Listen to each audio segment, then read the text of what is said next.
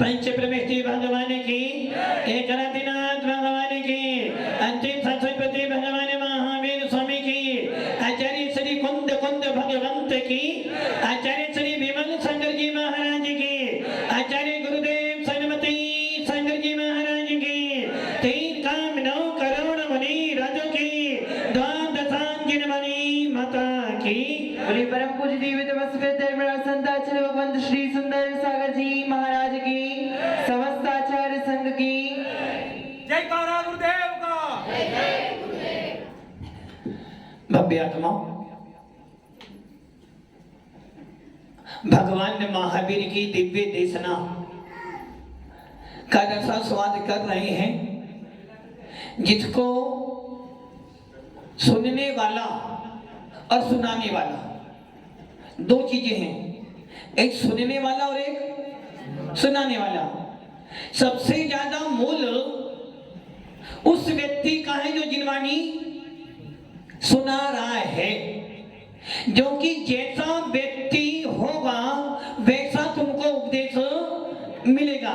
इसलिए हमारे जैन शासन में, वीतराग शासन में, जब तक केवल ज्ञान की प्राप्ति न हो जाए, जब तक तीर्थंकर मौन रहते हैं, क्योंकि वो जानते हैं कि जब तक केवल ज्ञान की प्राप्ति नहीं हो जाएगी तब तक मेरा वचन सत्य भी हो सकता है और असत्य भी हो सकता है। जब तक केवल ज्ञान की प्राप्ति नहीं हुई है तब तक मेरा ज्ञान राग देश से सहित हो सकता है, और जब तक केवल ज्ञान की प्राप्ति नहीं होगी तब तक मैं वीतरागता का अधिकारी नहीं बन सकता हूं।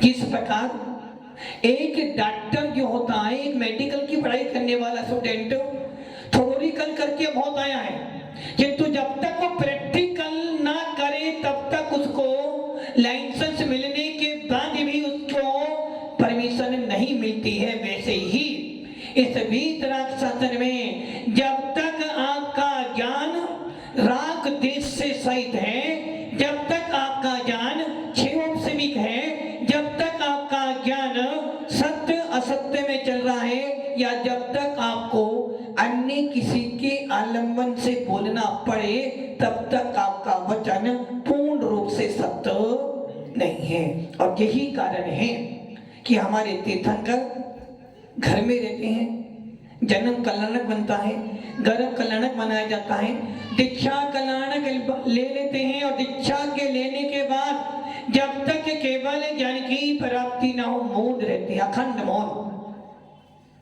क्योंकि वो जानते हैं छद्मस अवस्था में बोलने का मतलब है जिन वाणी का पूर्ण ज्ञान नहीं होना। और जैसे ही केवल ज्ञान प्राप्त होता है तुरंत भगवान की दिव्य देशना खिलती है और द्वादशांग की रचना हो जाती है। ऐसे हमारे भगवान आदिनाथ से लेकर भगवान महावीर स्वामी तक, और आदिनाथ से नहीं, अनादि काल से जैन शासन चला आया है और अनंत काल तक चलता रहेगा। अनंत अनंत अनंत केवली भगवंत हुए हैं, जिन्होंने अपने उपदेश से, अपनी दिव्य देशना से, अपनी चर्या से इस भूमंडल पर जिन शासन की महती महती महती प्रभावना की है, उन्हीं का अनुसरण करते करते, उन्हीं का अनुसरण करने वाले हमारे गंधर्व प्रविष्टि होते हैं, जिनको हमारे शास्त्र में युवराज शब्द से संबोधन किया गया है। युवराज कौन होता है? जिसके पिता श्री राजा हो उसको युवराज पद दे देते हैं, और युवराज पद का अर्थ है कि ये आगे भविष्य में राजा बनेगा। बन भी बनेगा ही या बन सकता है? बनेगा ही या बन सकता है? युवराज पद देने के बाद वो राजा ही बनेगा, युवराज रहकर भी रह सकता है। किंतु युवराज पद मिलने का अर्थ है कि उम्मीद है कि अब ये राजा बन जाएगा। वैसे ही भव्यात्माओं हमारे जैन शासनों में भगवान महावीर की या तीर्थंकर की वाणी को झेलने वाले जितने भी गंधर्व प्रविष्टि हैं उन सबको युवराज सबसे संबोधन किया गया है। और जब आप सिद्ध चक्र महामंडल विधान करते हो उसमें तीर्थंकरों को अध्यक्ष क्या किया गया है? अध्यक्ष कौन है? तीर्थंकर हमारे अध्यक्ष हैं। वो वीतराग भगवान हमारे जिन शासन के अध्यक्ष हैं, क्योंकि जितने भी मुनिराजे हैं उन सारे मुनियों का स्वामी गंधर्व प्रविष्टि और जितने भी गंधर्व हैं उन सबके स्वामी तीन लोक के अधिपति सर्वज्ञ वीतरागी तीर्थंकर भगवान होते हैं। ऐसे जिन शासन में हम सब ने अवतार लिया है, ऐसे इस जिन शासन में उस वीतराग वाणी को सुनकर उस वीतरागी मुद्रा को देखकर वीतरागता को प्राप्त करने के लिए हमें ये पर्याय प्राप्त हुई है। और ये निश्चित है कि जब भी आपका कल्याण होगा वो ज्ञान से ही होगा।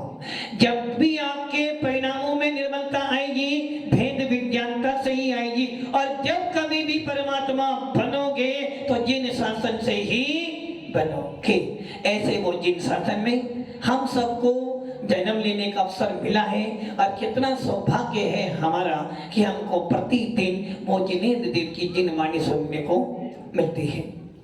कल हम लोग सुन रहे थे काय वांग मना कर्म योगा।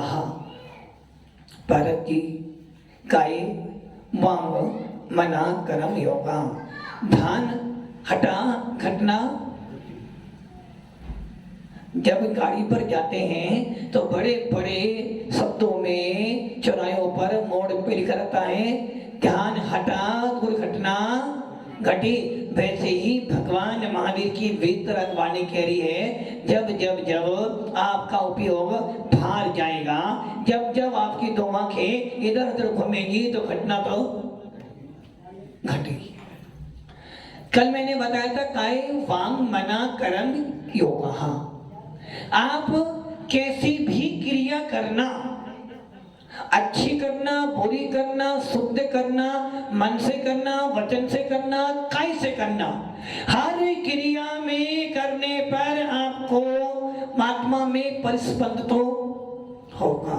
और यही कारण है काय की क्रिया करो वचन की क्रिया करो या मन से करो, यदि आपने क्रिया की है तो आपकी आत्मा के प्रदेशों में हलन चलन तो होगी। और जब हलन चलन होगी तो क्या होगा? योग हो जाएगा। और जो योग हो जाएगा वो ही आश्रव। अब आप ये सोच लो, मंदिर में जाकर आपने अभिषेक किया, मंदिर में गए स्वाध्याय किया सामायिक करी तीर्थ वंदना करे ध्यान में बैठे नमो का मंत्र जाप किया या मुनि राजों को दान दिया, मुनियों के विहार में गए मंदिर के रथ में गए, जो कुछ भी आपने क्रिया की है धर्म के साथ में उसमें किसी ने मन लगाया, किसी ने वचन लगाया, किसी ने काय लगाई और किसी ने दो लगाए मन और वचन, किसी ने लगाए काय और वचन और किसी ने तीनों लगाए। जब जब भी कोई भी धर्म की क्रिया करोगे आत्मा में हलन चलन तो ऐसा नहीं हो सकता कि तुम क्रिया करो और आपकी आत्मा के प्रदेशों में हलन चलन। गाड़ी भी चलाती हो तो पहले गाड़ी में भी हलन चलन, जब पुद्गल में हलन चलन हो रही है तो आप तो चेतन हो, जब हलन चलन हुई तो क्या हो गया? आपका योग हो गया और जो योग है वही आश्रव। यदि आपने धर्म में क्रिया की है तो भी आश्रव आ रहा है, आपने घर में क्रिया की है तो भी आश्रव आ रहा है, और यदि आप कहीं घूमने फिरने मौज मस्ती करने गए तो भी। अब क्या करना है? आचार्य उमा स्वामी जी कह रहे हैं काय वांग मना कर्म हो जा सा आश्रवा। मन वचन काय से अर्थात मनोवृगणा वचन वर्गना और काय भगना कहने में से जो आत्मा के प्रदेशों में हलन चलन हुई है वो सब योग है। बैठे बैठे आपने मोबाइल चलाया, क्या चलाया? मोबाइल चलाया। यदि बैठे बैठे मोबाइल चलाया बोलो क्या किया आपने? हाथ काय भी चला मन भी चला और बच्चा ने ठीक है ला क्रिया की। आश्रम किसको हुआ? मोबाइल को हुआ या आपको हुआ? आश्रम किसको हुआ? मोबाइल को हुआ या आपको हुआ? क्यों? मोबाइल तो आपने चलाया तो मोबाइल भी तो आश्रम होना चाहिए ना, नहीं होगा? आश्रम किसको हुआ? आपको हुआ। आपने पापा जी को कुछ बोला, पापा ने बोला बेटा ऐसा काम मत करो, आपने सुना। पापा ने बोला ऐसा काम नहीं करना, आपने सुना, और आपने सुनने के बाद थोड़े सा गुस्सा। बताओ आश्रम किसको होगा? पापा को होगा, तुम्हें होगा? किसको होगा? पापा ने बोला बेटा ऐसा काम नहीं करना, बेटा को एक बार बोला नहीं माना, दो बार बोला नहीं माना, तीसरी बार पापा जी ने थोड़ा जोर से दम लाकर बोल दिया। बेटे को गुस्सा आया, बेटे ने पापा को चार बातें सुनाई, और चार बातें नहीं सुनाई तो मुंह तो ऐसा बनाया उसने, आंखें तो ऐसी लाल कर ली कि बस अभी। बोलो आश्रम किसको हुआ? पापा को हुआ या तुम्हें हुआ? किसको हुआ आश्रम? जिसने अपने आंखों को शरीर की काय की चेष्टा की, किंतु आपके बेटे की काय की चेष्टा देखकर पापा के मन में भी मुझे आंख दिखाता है। पापा जी ने और गुस्सा किया। बोलो आश्रम किसको हुआ? दोनों को हो गया।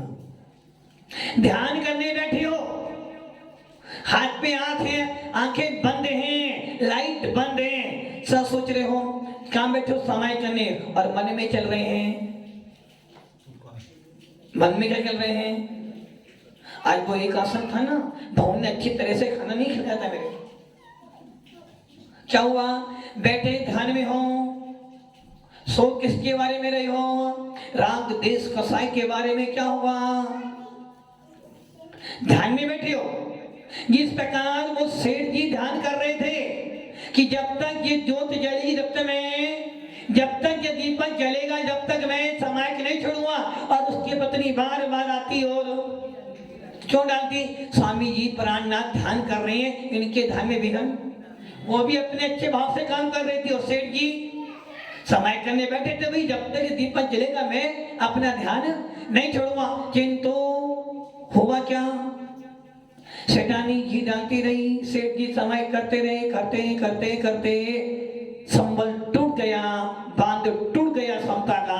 और क्या मन में आ गए कि मेरा गला सूख रहा है, मुझे तो पानी पीना है, किंतु कैसे पानी पीऊं? दीपक तो अभी जल रहा है। दीपक बुझे तो पानी पीऊं तो समता भाव आए, किंतु दीपक कहे तू बुझने वाला नाम नहीं लेना, मैं बुझने वाला नहीं। सेठानी बार बार आए और जीत डाल दे, नहीं स्वामी जी ध्यान कर रहे हैं। और क्या हुआ?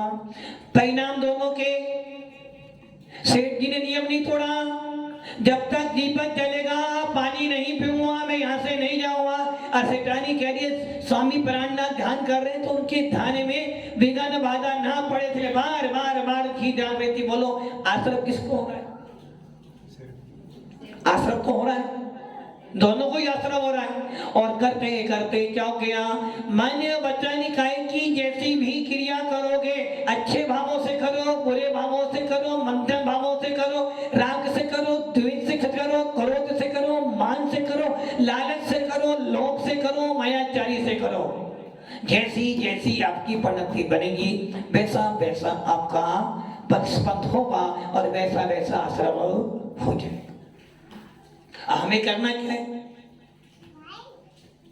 अशुभ से भी बचना है, शुभ से भी बचना है, और शुद्ध से भी बचना है। जब तक केवल ज्ञान की प्राप्ति नहीं हो जाए तब तक आपको सारा आश्रम होता जा रहा है। और जैसे ही केवल ज्ञान की प्राप्ति हुई, 13वां गुणस्थान मिला, सर्वज्ञ भगवान बने, वीतरागी बने, हितोपदेशी बने, सकल ज्ञान के धारी बने, प्रत्यक्ष ज्ञान के स्वामी बन गए। केवल ज्ञान शुद्ध पर्याय, ज्ञान की शुद्ध पर्याय। कौन सी पर्याय? ज्ञान गुण की यदि कोई शुद्ध पर्याय है तो वो कौन है? केवल ज्ञान। मति ज्ञान, श्रुत ज्ञान, अवधि ज्ञान, केवल ज्ञान के ये 5 पर्याय किसकी है? ज्ञान गुण की। जीव दर्द की कितनी पर्याय हैं? ये ज्ञान गुण किसमें पाया जाता है? जीव घर में। ये तो ज्ञान गुण की पर्याय हुई। जीव दर्द की कितनी पर्याय हैं? कभी नारकी, कभी त्रियंच, कभी मनुष्य, कभी देव और कभी सिद्ध पर्याय। जीव धर्म की शुद्ध पर्याय है सिद्धत्व, ज्ञान गुण की शुद्ध पर्याय है केवल ज्ञान। और जब आपने केवल ज्ञान प्राप्त कर लिया, समझ लेना आपने ज्ञान की शुद्ध पर्याय प्राप्त कर ली। और जब तक मति ज्ञान है, श्रुत ज्ञान है, अवधि ज्ञान है, बने परे ज्ञान है, कैसा ज्ञान है ये? कैसा ज्ञान? ये ज्ञान सारा का सारा ज्ञान हमारा 6 उपसमित ज्ञान है, अशुद्ध ज्ञान है, परोक्ष ज्ञान है। और इस परोक्ष ज्ञान अप्रत्यक्ष ज्ञान में कर्मों का आलंबन है, कर्मों का उदय है। किंतु केवल ज्ञान ऐसा ज्ञान है जिसमें ना कर्म का उदय है, ना कर्म का कोई आलंबन है। यदि एक बार केवल ज्ञान प्राप्त कर लिया, निश्चित उसी भाव से मोक्ष में जाओगे। तो मन, वचन और काय, इनकी क्रिया करने से आश्रम होगा। सामने वाला तुम्हारा कितना ही बुरा करे, सामने वाला तुम्हारे बारे में कितना ही बुरा सोच ले, सामने वाला तुम्हारा कितना ही बुरा कर ले, फिर भी तुम्हें आश्रम कब तक? जब तक आपका मन, वचन, काय आपके अंदर है। और सामने वाले को देखकर यदि आपने थोड़ा सा भी परिणाम इधर उधर किया, थोड़ी भी बढ़ती की, तुरंत आपको आश्रम हो गया। सूत्र बनाया है काय, वांग, मना। पहले क्या रखा है? काय, फिर रखा है वचन और फिर रखा है मन। अब आप ये सोचो, सबसे पहले काय क्यों रखा, सबसे बाद में मन क्यों रखा? मन कैसा है? बंदर जैसा, मरकट। जिस प्रकार बंदर को वश में करना बहुत, जिस प्रकार मोहिनी कर्म को नष्ट करना बहुत कठिन है, वैसे ही मन को वश में करना। अभी यहाँ बैठे हो और मन कहाँ भाग रहा है? मन कहाँ भाग रहा है? पानी आ रहा, पानी में मन भाग रहा है।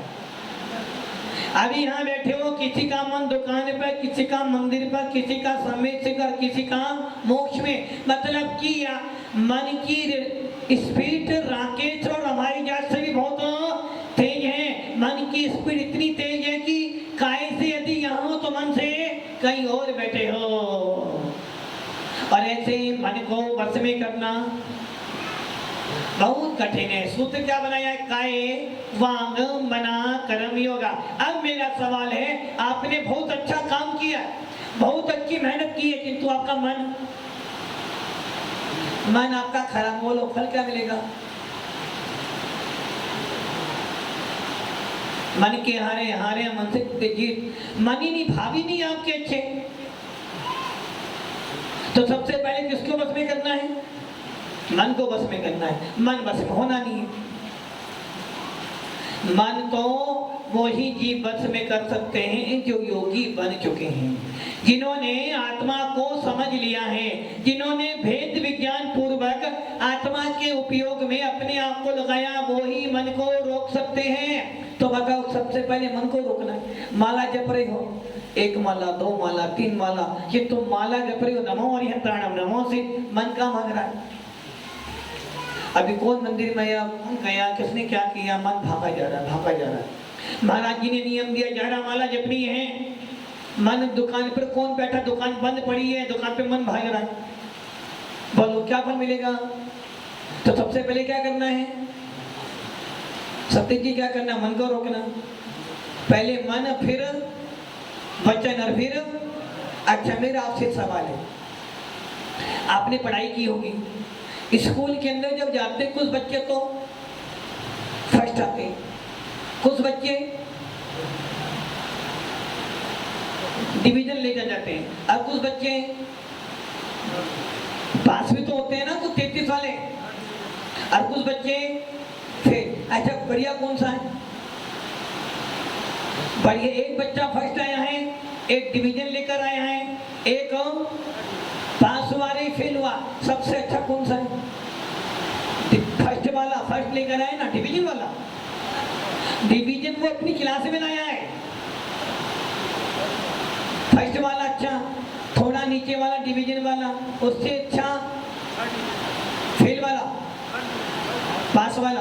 अब आप जो सोचो, जो बच्चा फेल हुआ है वो सबसे खराब, और जो पास हुआ है वो अच्छा है नहीं है? अच्छा है, अच्छा फर्स्ट वाले के अपेक्षा अच्छा है क्या?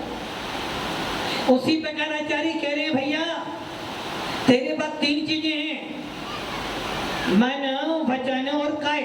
क्या करना है? मन को पकड़ेगा तो यदि हम सब सोचे नहीं मेरा मन अच्छा हो, मेरा मन अच्छा, जब भी काम करूंगा, जब भी काम करूंगा, जब भी काम करूंगा, तो 3 काल में काम होने वाला। मंदिर जब भी जाऊंगा जब मेरा मन अच्छा होगा। क्यों भारत जी? अभी से जब भी करूं जब मेरा मन अच्छा होगा। तो मन कभी तुम्हारा अच्छा होना नहीं, और अभी से तुम्हें कभी करना नहीं। ये भावना कर लो, मन अच्छा होगा जब भी दुकान पर जाऊंगा, मन अच्छा होगा जब भी खाना खाऊंगा। नहीं महाराज, वो काम को करना, मन को मारना पड़ता है। जब मेरा मन अच्छा होगा ना, जब भी घर वालों के पास जाऊंगा। नहीं महाराज जी, गृहस्थी में रहते हैं, सारे काम करने, घर में पति कितना ही मारे पीटे कूटे तुम्हें, सासू जी कुछ, मम्मी कुछ भी बोले, पापा कुछ भी बोले, फिर भी खाना दो। भले महाराज जी क्या करें, मन मार के करना पड़ता है सारा काम। पति देव रात में 12 बजे आए, 2 बजे आए, फिर भी आलू तो बनाना पड़ेगा।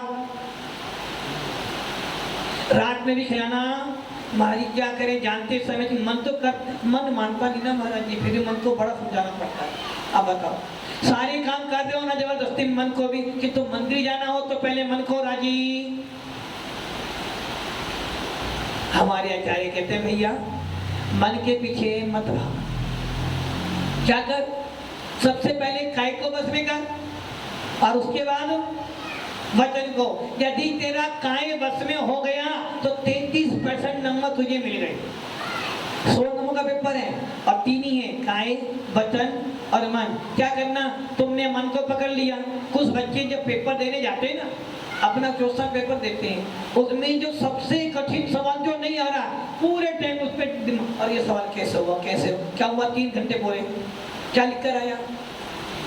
और वो बच्चे बहुत अच्छे होते हैं, भाई 10 सवाल आए, 10 में से 8 मुझे आते हैं ना, पहले 8 कर ले, 8 पूरे कर लिया, बचा आधा घंटा।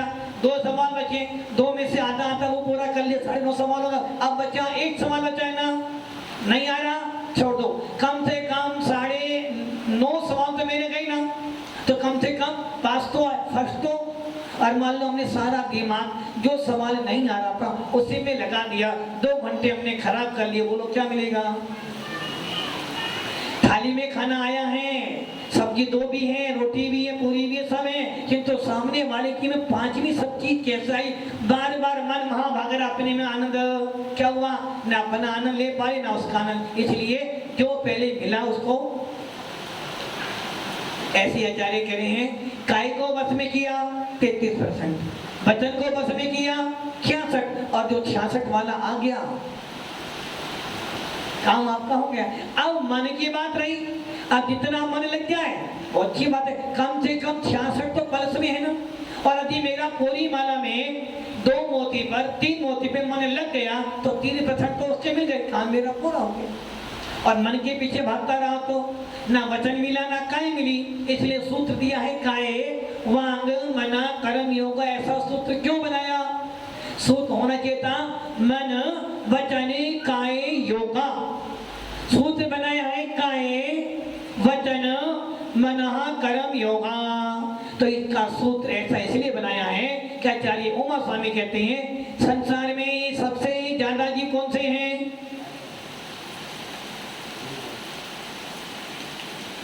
यहाँ क्या होता है? मन होता है ना, मन। सबसे अधिक कौन है?